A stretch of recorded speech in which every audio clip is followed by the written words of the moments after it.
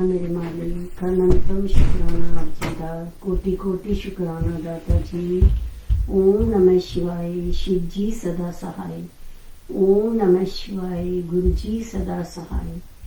ओम नमः शिवाय शिव जी सदा सहाय। ओम नमः शिवाय गुरु जी सदा सहाय। ओम नमः शिवाय शिव जी सदा सहाय। ओम नमः शिवाय गुरु जी सदा सहाय। जय गुरु जी। नमस्ते गुरु जी। जय गुरु जी की प्यारी साथ संगत जी। Today I am going to read light of divinity page 43 to 46, the dispeller of darkness. Most of us wish to walk on the spiritual path.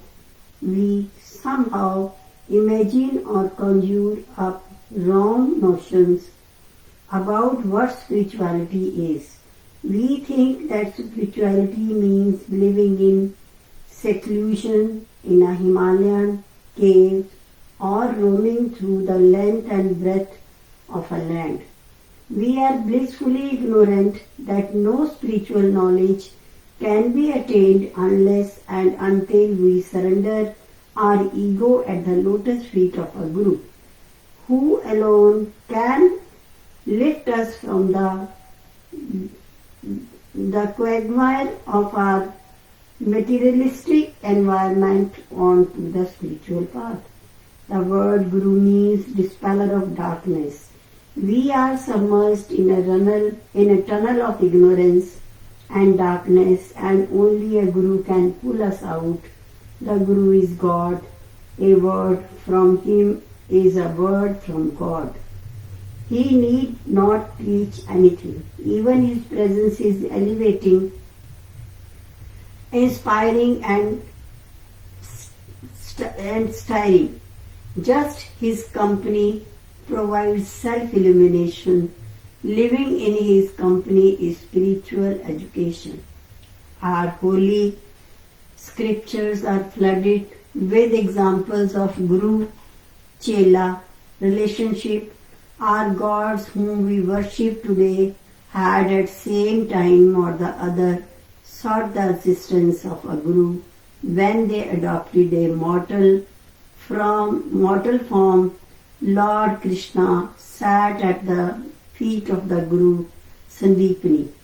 Lord Rama had Guru Vasishtha, who gave him Upadesha, spiritual counsel. Lord Jesus sought John for his baptismal on the banks of river Jordan. Even Devas, celestial beings, have Brihaspati as their Guru. We are very fortunate that in our quest for a Guru, we have been blessed with Guruji, who is divinity personified and omnipotent, omnipresent and omniscient. A shower of blessings. In 1991, I suddenly developed a knee problem. The pain used to be excruciating and unbearable. I tried all allopathic, homeopathic and grandma's lines of treatment, but to no avail. Despite heavy doses of painkillers, the agony at night would keep me from sleeping. I told Guruji of my problem, and the compassionate one decided to heal me. He asked for a spoon from the kitchen and placed it on my knee while chanting a mantra. The pain vanished and I have never had the slightest twinge. Even though I climb a flight of stairs to my third floor flat and go for a 2-hour walk every day.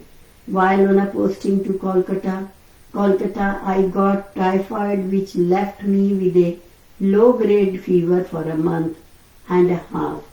I underwent all the medical tests and took a plethora of medicines, but the low-grade fever continued. On hearing of my ailment, Guruji asked for little palm leaves and placed them on the incredibly that that very moment the fever vanished. On learning of her impending move to Delhi, I was determined to open a beauty salon. As I had trained to be a beautician and a hair stylist and had earlier worked in a beauty parlor, but Guruji turned down the proposal, saying the parlor would cause me asthma.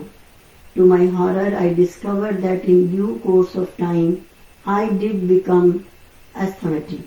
One day my condition became precarious and I was battling for life, as I had immense difficulty breathing and felt my life was ebbing out. I was rushed to the hospital all the time. I was holding Guruji's photo close to my heart and praying to him to save me. Immediately I was put on oxygen and administered steroid injection. The doctor in the hospital later told me that even a delay of 2 minutes could have proved fatal. When I went to meet Guruji, before I could say anything, he spoke, "I have pulled you out of a morass." This was the gospel truth. Subsequently, I would complain to Guruji that the inhalers and medications were very strong and requested him to help me get rid of the disease. He was annoyed and reprimanded me for reminding him. He knew exactly what the problem was. A month passed and I realized that I had no asthma, which means no uses of the inhaler. When going on a journey, I still buy an inhaler to be on the safe side. Inevitably, after the holidays, I returned the inhaler unused to the chemist. The asthma has been eradicated.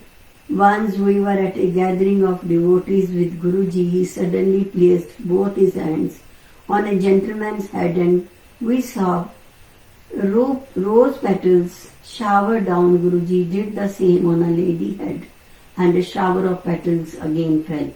The lady pulled out her dupatta, a scarf used to cover the head, to collect the petals.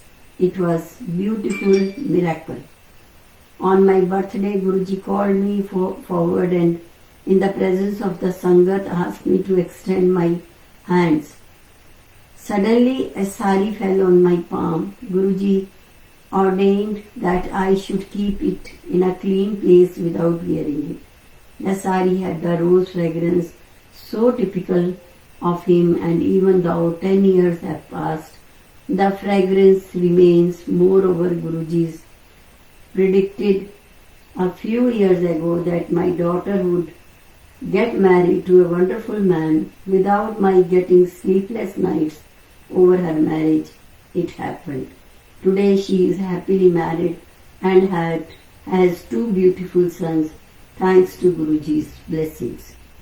Guruji showered his blessings in the form of prasad. I have on numerous occasions seen him create a prasad of pure ghee, clarified butter. Once in a similar fashion, he gave kada prasad to a devotee, and many times we have beheld laddus, sweets emerging from nowhere but full of his fragrance. My earnest advice to everyone is do not dig shallow wells here and there for getting water. The pits will dry up soon. Dig a very deep pit in one place. Centralize all your efforts here. You will get good water that will supply you throughout your life. Try to imbibe spiritual teachings thoroughly from one preceptor alone. Drink deep of the wisdom of one man. Sit at his feet for some years.